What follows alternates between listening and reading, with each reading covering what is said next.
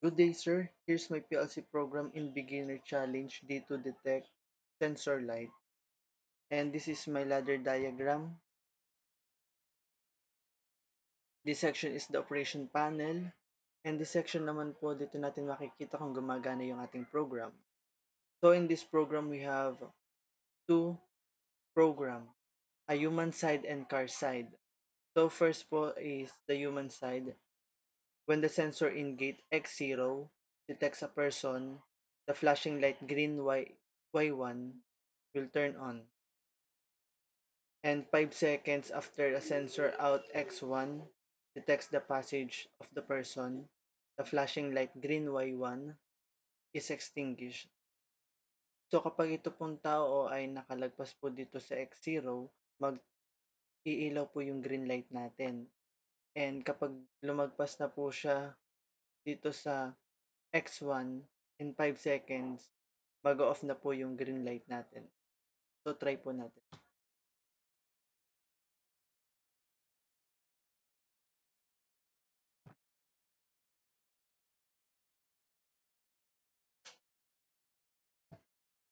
Second program is car side. So when the sensor in gate X2 detects a car, the flashing lights green Y4 will turn on. 5 seconds after sensor out Y3 detects the passage of the car, the flashing light green Y4 will turn on. So katulad po nung sa tao, kapag pag pumasok po si car dito sa X2 ay mag-on si green. Then kapag lumagpas na po siya dito kay Y3 ay mag-off na si green in 5 seconds. So try po natin.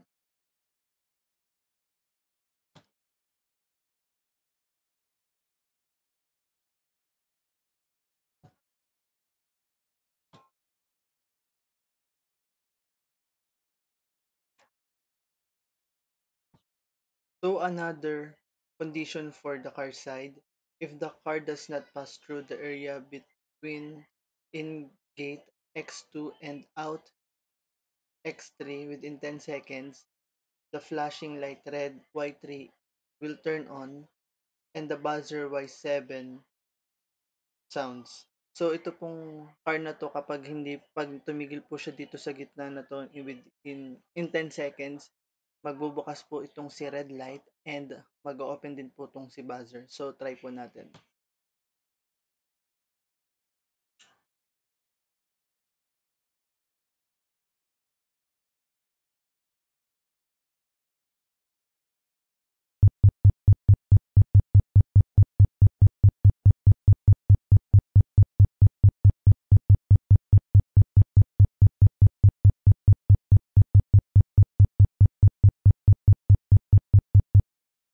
So yun nga po katulad po nung sa condition kapag nakalagpas po yung kotse doon sa out gate sa X3, mamamatay po si red light and the buzzer.